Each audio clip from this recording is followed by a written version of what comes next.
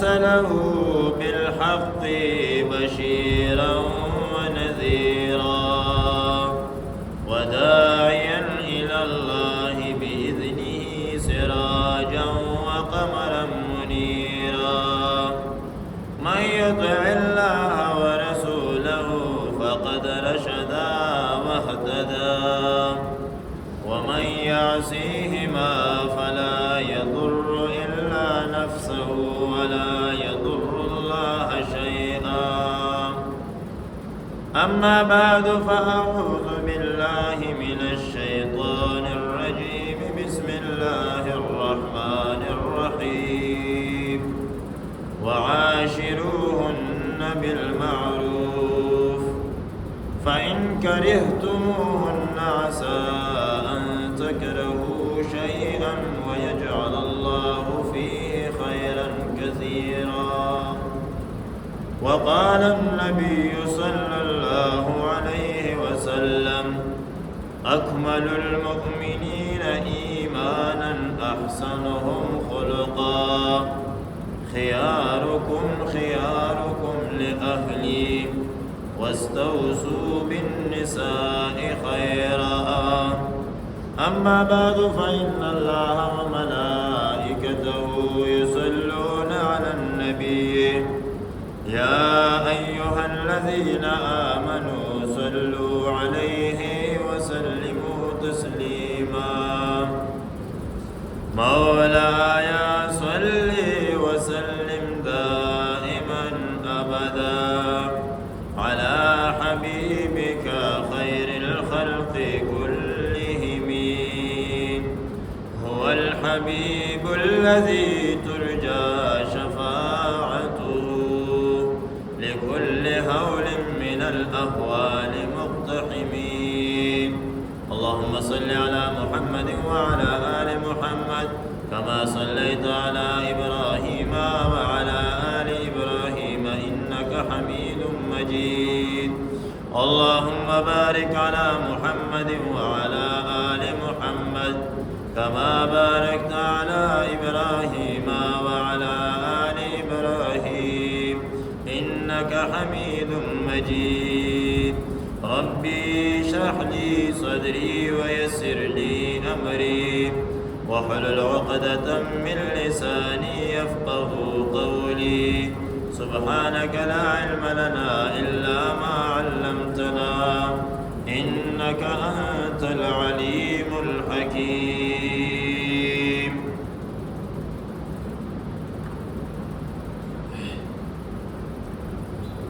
بزرگان محترم ما ستاسو په وړاندې هغه اسباب را شروع کړي دي چې ما وی هغه انسان طلاق ته رسي د ټول نه اول د طلاق د لپاره سبب دا به علمي ده د دین چې کومه اصل مسلې دي د هغه نه خبرتیا ده دویم نمبر سبب مې د ستاسو په وړاندې د رشته غلط انتخاب ویل چې انسان د رشته غلط انتخاب وکي مال ته ګوري د هغه دیندارۍ ته نه ګوري حسب نسب ته نه ګوري دا مې ستاسو په وړاندې په تفصیل سره بیان کړل او دریم سبب مې د ستاسو په وړاندې دا بیان کړو ما چې هغه د کویدنې نه ونیسه تر د ولیمې پورې او د خپیارتې پورې د قربان شمع د شریعت خلاف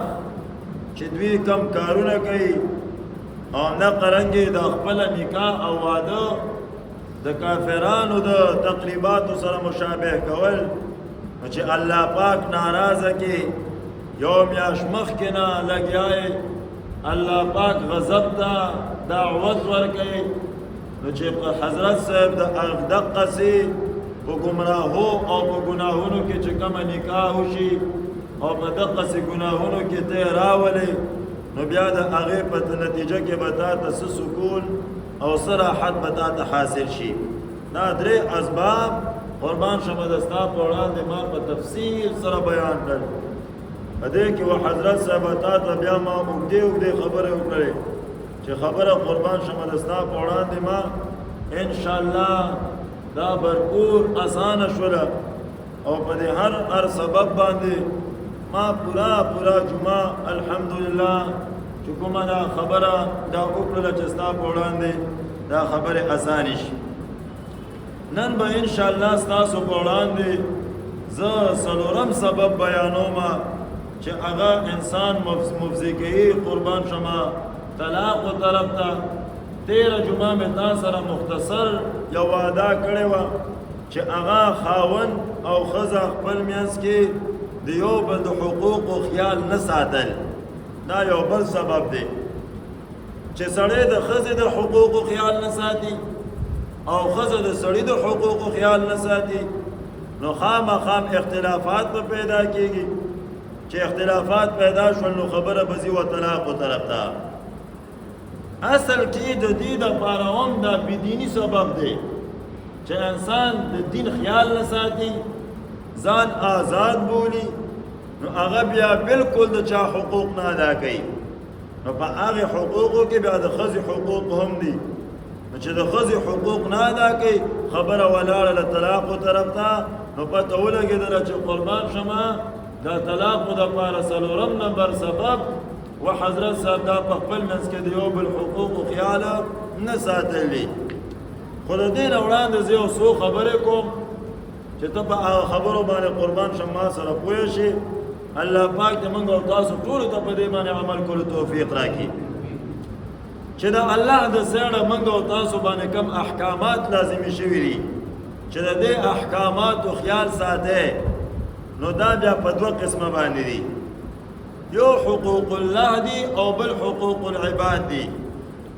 حقوق الله هغه چې د هغه الله پاک سره تعلق دی هغه به پوره کوي.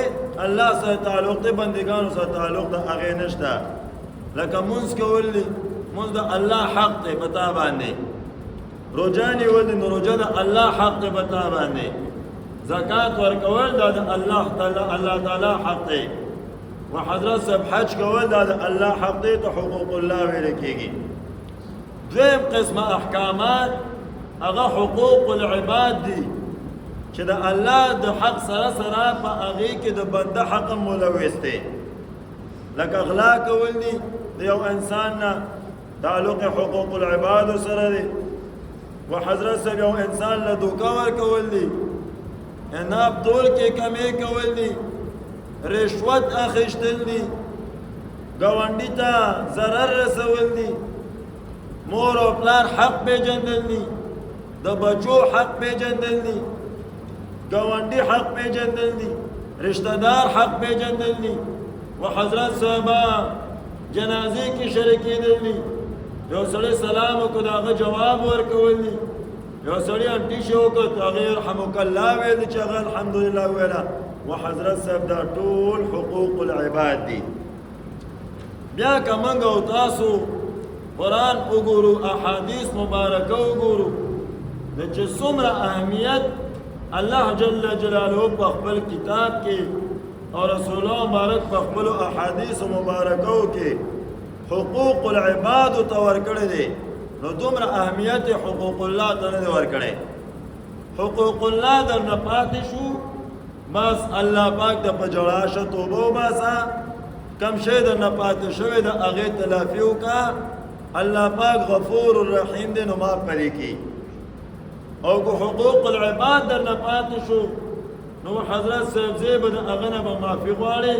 نو په دنیا کې خبره اسانه ده، یا چې هغه در باندې کم حق دی هغه به ورته پوره کړي. خو که خدا ناخواسته دغه حق در باندې پاتې شو، نو دا بیا ځي په آخرت معاملې ته، او په آخرت کې قربان شمه هر سړی محتاج دی. بیا به څوک چاته د یوې نیکۍ ورکولو ته تیار نه دی. دا خپل بچی به در بیا یو نیکي در نه کي، دا خپل پلار به درله بیا یو نیکي در کولو ته تیار نه، دا خپله ښځه به هم د تا ته بیا یوې نیکۍ ورکولو ته به تیار نه وي. وجه دا ده چې د آخرت معاملات ډېره زیاته سخته ده. چې د آخرت معاملات ډېره سخته ده، نو هېڅوک به بل چاته نیکۍ ورکولو ته تیار ده نه. لکه حدیث مبارک کوئی قربان شما دا راځي، رسول الله مبارک بیان فرمایي چې په تاسو کې د ټول نه زیات غریب دا څوک دی؟ نو صحابه کرام خو د خپل معاشره خبره کوله. نو صحابه کرام وایي زمونږ په من کې د ټول نه زیات مفلس او غریب سړی هغه څوک دی چې هغه سره مال ورسره نه، جایداد یې نه، کپړې یې سمې نه، د کور یې څه نه د اوسېدو دپاره، دقې ته موږ او تاسو غریب وایو نو دا د ټول نه زیات مفلس دی.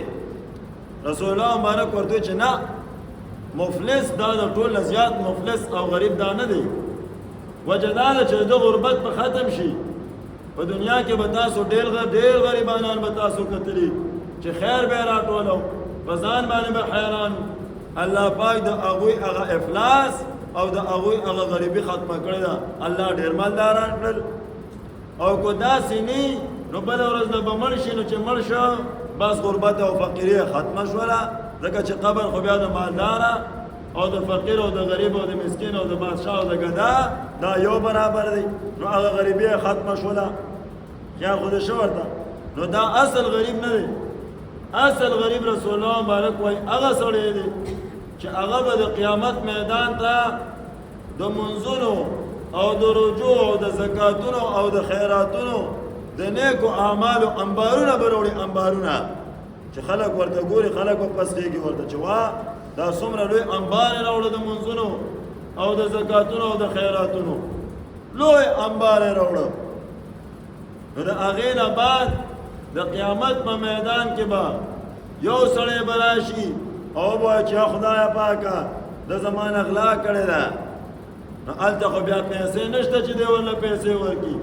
بیا د قیامت په میدان کې کرنسي او د قیامت د میدان پیسې دا نیک اعمال دي، نیک اعمال به ورکوي.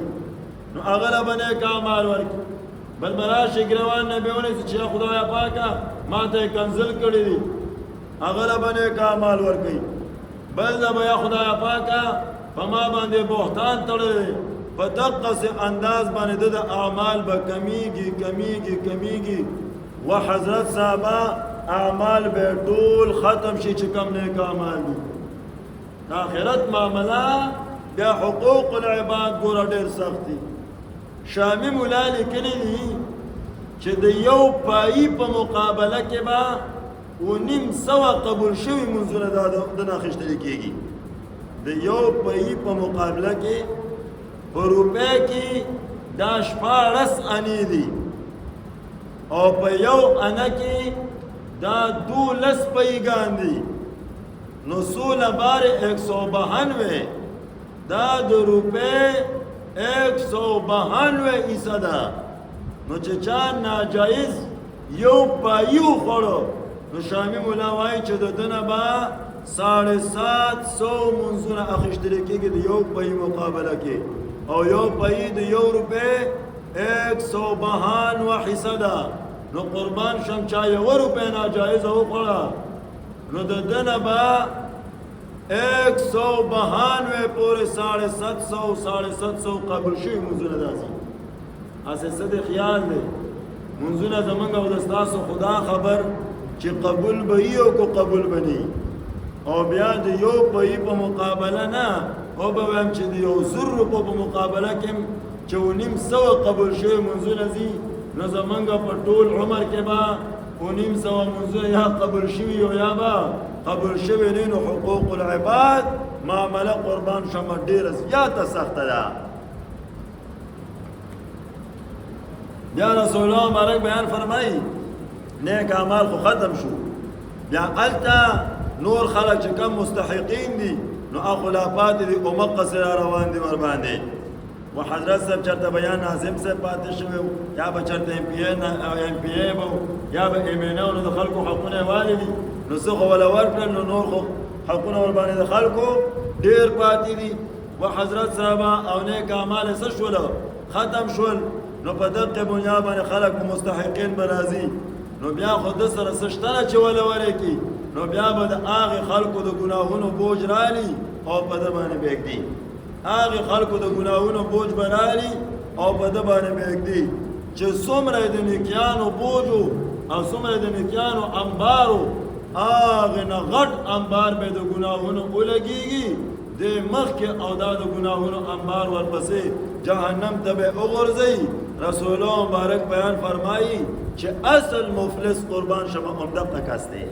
اصل مفلسی او اصل غربت همدغه د حقوق العباد وبا لوی خیال ساته چې چرته د بل چا حق رانه ونوالی شي. نو په دغه بنیاد باندې قربان شمه دا کم د سړي او د ښځې سره کم تعلقات دي نو د دې تعلق هم د حقوق العباد سره دی. دې تعلق هم د حقوق العباد سره دی. خیال به ساتي چې و حضرت صاحب چرته ظلم رانه د ښځې سره ونشي ولې کو ظلم درنه وشو الله جل جلاله بیا به د دې په باره کې تپوس کوي. نو قربان شم د دې به زیات خیال ساتي او آخرت معامله ده ته به وایې چې معاف به مې کې دا ښځه بیا هلته و حضرت صاحب معاف کېدل قربان شمه نشته ته بیا ډېره معافي غواړې و حضرت صاحب بیا به معاف کېږي نه همدا ښځه و بیا د ستا نیکیانې اخلي او خپلې عملنامې ته به ولي. نو لویه د وبال خبره ده لویه د نکاح د حقوق العباد دا او بیا په دې کې د کمو زنانو دا حقونه دي انتهایی اهم دي. قرآن شریف قیدی بیانې د خپلو احکاماتو دپاره. الله وی واقیموا الصلاة مونځ قایم کې د مونځ فرایض کم دي واجبات کم دي سنن کم دي مستحبات کم دي پس فاسدیږي دا موږ ته قرآن نه بیانې. وعده الله پاک وی چې روژه ونیسئ همدغه رنګې حج وکړئ بیا د حج تفصیلات قرآن موږ ته نه بیانې. بیا رسول الله مبارک خپل عمل سره موږ او تاسو ته بیان کړی په خپلو اقوالو سره موږ او تاسو ته بیان کړی دي. خدا واحد دا نکاح دا مسله ده چې د دې وړې وړې جزیم الله پاک په خپل قرآن کې قربان شمه څه کړي دي دا بیان کړی دي. نو دې نه پته لګېږي چې د نکاح دا مسله دا یو اهمه مسله ده. نو حضرت صاحب ولې اهمه مسله ده؟ د انسان د تمدني زندګۍ دپاره د نکاح برابرېدل او ازدواجي تعلقات برابرېدل دا بنیاد دی بنیاد.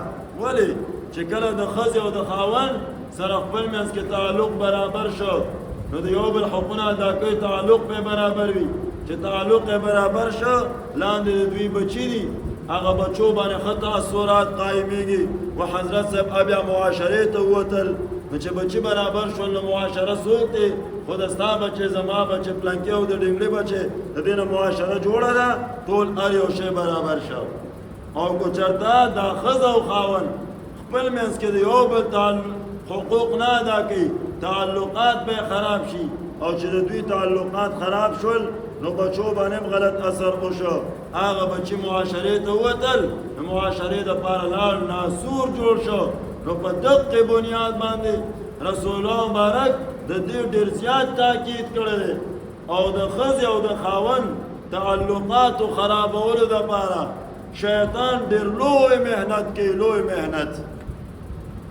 احیاء العلوم کې قربان شم امام غزالی رحمه الله او همدغه رنګې په مسلم شریف کې دا حدیث مبارک شته چې رسول الله مبارک بیان فرمایي چې د شیطان د پاره یو تخت په اوبو د پاسه پروت دی. بیا هغه ته د خپل شیطانان کشران ورځي کارګزاري ورته اوري چې ما دا کار وکړو دا د شیطانت کار مې وکړو دا د شیطانت کار مې وکړو خپل شیطانت ورته بیانوي. نو چې کله ورته یو کشر راشي او ورته ووایي چې و حضرت صاحبه ما خو د ښځې او د خاوند په منځ کې جنګ پیدا کړ تر دې پورې چې خبره لاړله طلاقو طرف ته نو دا شیطان دا ابلیس د شیطانانو دا مشر دا ورته راپاسي او د هغې کشر شیطان نه غېږه ورنه توکي معانقه ورسره وکړي او په بعض روایاتو کې راځي چې کم دا خپل تاج دی دا هغه ته په دې سر باندې ورکېږدي ورته ووایي چې تا اصل زما نیابت وکړه او تا اصل د تورې کار وکړه چې قربان شمه د دوو کسانو په منځ کې د څه راوسته مخالفت راوسته او خبره لاړه د طلاقو طرف ته. نو پته ولګېده چې شیطان ورباندې دونه خوشحالېږي چې په کوم شي باندې شیطان خوشحالېږي په هغې باندې الله او د الله پاک پیغمبر خپکیږي چې شیطان ور باندې دومره خوشحالي وکړه نو الله پاک ور باندې دومره قربان شمسه کوي خفګان ور باندې کوي الله پاک په دې باندې ډیر زیات خفا کیږي بیا دغه حقوق ټول بیانول دا خو قربان شم ډیر زیات وغواړي خو زه مختصر د ستاسو په وړاندې هغې ته هسې اشاره قدر کوم یو آیات مبارک کې الله پاک څه بیان فرمایي اب ستا په وړاندې ویم یو حدیث مبارک او بل د رسول الله صلی الله علیه وسلم خپل عمل چې هغه بیبیانو سره څنګه زندگی تیر کړې ده آیات مبارک کې الله پاک وایي عاشروهن بالمعروف اے خاوندانو تاسو د خپلو ښځو سره په ښې طریقې باندې زندگی تیروئ اے عسا فإن کرهتموهن که چېرته تاسو د خپلې ښځې بدې ګڼئ عسا ان تکرهوا شیئا ويجعل الله فيه خيرا كثيرا شاید چې تاسو د یو شی بد ګڼئ الله پاک تاسو ته په هغې کې لوی خیر وګرځوي نو دا بیبیانو سره په ښې طریقې باندې زندگی تیروه اتلل راتلل هغې سره اوسېدل د هغې د کپړو د خوراک سکاک او نه قرنګې د اوسېدلو د هر یو شی برابر وعاشروهن بالمعروف په ښې طریقې ورسره زندگی تیروئ دا جامع آیات جامع او بیا ورپسې وایي چې تاسو به په یو شی بد ګڼئ الله پاک به ته پکې لوی خیر وګرځي بیبي سره به د ستا مینه نه وي د هغې نه به الله پاک داسې اولاد درکړي چې په دنیا کې به هم د ستا د سربلندۍ او د ستا د سترګو د اوچتوالي ذریعه وګرځېږي او الله پاک به داسې اولاد ورنه درکړي چې هغه به د ستا دپاره صدقه جاریه وګرځېږي ته به مړ او تا پسې به ثوابونه سوي دا در روان وي تا بیبي بده ګڼله او حضرت صاحب لوی د خیر ذریعه تاسو ته وګرځېدله عسا ان تکرهوا شیئا ویجعل الله فيه خیرا کثیرا الله پاک به لوی خیر درکړي بل رسول الله مبارک بیان فرمایي اکمل المؤمنین ایمانا احسنهم خلقا خياركم لأهله رسول الله مبارک بیان فرمایي په تاسو کې د ټولو نه کامل مؤمن هغه انسان دی چې د هغه اخلاق دا ښایسته وي چې څومره د یو انسان اخلاق ښایسته وي نو دا کامل مؤمن دی کامل و حضرت صاحب وجه دا ده چې اخلاق ښایسته وي نو هغه لاندې خلکو سره په ښو اخلاقو باندې ملاویږي نو چې لاندې خلکو سره په ښو اخلاقو ملاویږي کم چې د سره همسر دي نو هغه سره په طریقې اولاد سره په ښو اخلاقو ملاویږي دنه کمبره خلک دي نو هغوی به هم خیال ساتي و الله پاک چې دی پیدا کړی دی نو چې دی د ضعیفانو خیال ساتي د الله پاک د احکاماتو خیال به نه ساتي څه نو په دغه بنیاد باندې رسول الله مبارک وایي چې ټولو کې کامل مؤمن هغه سړی دی چې د هغه اخلاق ګوره ښایسته وي بیا ورپسې وایي خیارکم لأهله ستاسو کې د ټولو نه بهترین سړی هغه دی چې هغه خپل کور دپاره بهتر وي ښځې بچو دپاره بهتر وي کور کې بهترین اخلاق استعمالی چې دې کور ته راشي نو بچي ورته راتاو شي چې هله بابا راغی ښځه ورنه راشي چې هله سړی مې راغی نو دقسې اخلاق دې په کور کې استعمالی دا نه چې دې کور ته راشي نو بچي ورنه چېرته سیټ ته وتښتېږي چې یا خدای پاکه بیا بلا راننوته اوس په ویناګانې دا کوي ښځه ورنه چېرته سیټ ته شي چې اوس په یا ورسره کوته کي بیا به مې وایي یا به مې په سپلی باندې ولي نو حضرت صاحب داسې اخلاق به زمونږ او د ستاسو خلک همداسې دي بار به ډېر ښه اخلاق استعمالی هر چا سره په جي جان سره ملاوېږه او چې په کور ته څنګه دننه شي دا د خپل غیرت پورې چې زه دومره غیرتي یم او دومره تکړه یم بس په تندي باندې به 12 بجې شي یار خو دې ورته شو زوی ته به وایي چې اخوا شه ښځې ته به وایي اخوا شه والو لوی غوبلې دا راتړلې او بیا ښځې او بچي وایي چې یا خدایه پاکه چرته د سیروزۍ جومات راوړې خو چرته تبلیغیانو ځان سره چیلې لبوته دونه کور کې ورنه هغوی بیا تنګي رسول الله مبارک بیان فرمایي خیارکم لأهله تاسو کې بهترین خلک هغه دي قربان شم چې هغه د اهل دپاره زیات بهتري د رسول الله مبارک نه حبیبیانې دي چې دا کم تعلقات زمونږ او د ستاسو دي دا تعلقات د هغه مو یا د بنو کور دا انتهایی سخت کوري رسول الله مبارک نه حبیبیانې دي بی بی عائشہ وایي چې چرته معامله خبره دې ته نه ده تللې چې رسول الله مبارک چاله سپېړه ورکړي دې ته ویل کېږي اخلاق. ډاکټر عبدالحی عارفی رحمه الله د تانوي بابا مرید دی. هغه ښځه وایي چې ما د سره 55 سال قربان شم په یو کور کې تیر کړی دي او په دې 55 سالو کې وال او کنځلې کول دا خو ډېره لرې خبره ده. چېرته په ترخې لهجه باندې ما ته وایي خبره هم نه ده کړې. دې ته ویل کېږي اخلاق. بوډا به راشي ته به ژاړي ښځه مې خیال نه ساتي بچي مې خیال نه ساتي. و حضرت صاحب تم د چا خیال ساته که نه په تا باندې هم حقوق شته. ته حقوق ادا کوه په بهترینه لهجه کې په بهترینو الفاظو کې په بهترین تندي باندې وکور کې خلکو سره ملاویږه.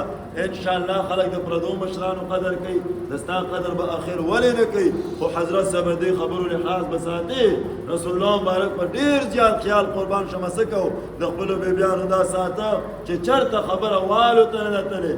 اصل کرامت همدغه دی چې حضرت صاحب یو ورځ تیرول داسې آسان یو کال تیرول آسان بیا 55 سال زندگی تیرول. موږ وایو کرامت دې ته وایي چې یو انسان والوته یا یو انسان په دریاب باندې ورګډ شو هم کرامت دی. خو اصل کرامت قربان شمه همدا دی چې حضرت صاحب انسان نه خلاف شریعت د شریعت خلاف ورنه یو کار دومره وخت ورنه ونه شو نو قربان شمه دا اصل کرامت دا همدغه دی. بل به حضرت صاحب چې انسان وایي چې زه د خپلې ښځې حقوق ادا کړم دې دپاره یو نسخه نو یو نسخه به ځان سره دا یاده وساتئ چې د الله پاک به حاضر ناظر ګڼئ. په هر کار کې به وایي چې ما الله ویني زه په چا باندې ظلم کوم ما الله ویني غلا کوم ما الله ویني. و حضرت صاحب په هر حالاتو کې به الله پاک به ځان ته مستحضر کې نو قربان شم چې ته دا وایي چې ما الله ویني. دا هغه درجه د استحسان ده چې جبرائیل علیه السلام د انسان په شکل راغی او رسول الله مبارک نه مختلف قسمه تپوسونه وکړل. بیا ورته وی چې مل احسان یا رسول الله احسان څه شی دی؟ رسول الله مبارک ورته بیان فرمای ان تعبد ربک کانک تراه فان لم تکن تراه فانه یراک. د الله داسې عبادت وکړه گویا کې چې ته وایې چې زه الله وینم او که دا نشي راوستی دومره راوله چې ما الله ویني نو دې ته احسان ویل کېږي. په هره خبره کې الله پاک ځان ته مستحضروه چې ما الله ویني ما الله ویني. نو بیا به حضرت صاحب د ښځې هم خیال ساتي. ولې د ښځې د حقوقو الله پاک ویلي دي چې دې خیال ساتي. نو دا خبره به ځان سره یاده ساتي چې الله پاک ما ویني الله پاک ما ویني. نو د الله مخالفت په بیا نه کوي. بل دا چې دا تا سره کومه بیبي د ستا په کور کې ناسته ده دا سوچ کوه چې دا هم د چا لور ده دا هم د چا خور ده دا هم د چا قربان شمه ترور ده. نو په دقسې انداز باندې چې ته سوچ کوې نو دا سوچ کوه چې دا زما خور ده که زما خور سره څوک بد سلوک کوي ته به برداشت کوې هېڅکله به برداشت نه کوې.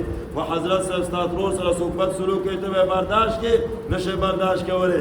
نو بعضې اوقاتو کې به د هغې نه هم غلطي کېږي نو ته وایه زما هم لوریانې شته زما هم خور شته و حضرت صاحب زما هم ترور شته هغوی نه به هم وران کار کېږي نو هغوی سره به څوک غلط خصلت وچلوي نو حضرت صاحب دا خبره به ځان ته مخې ته کړي. نو انشاءالله ترتیب به دې بیا سي برابري. نور چې کوم حقوق و تفصیل دی انشاءالله روانه جمعه په هغې باندې تفصیل کوو.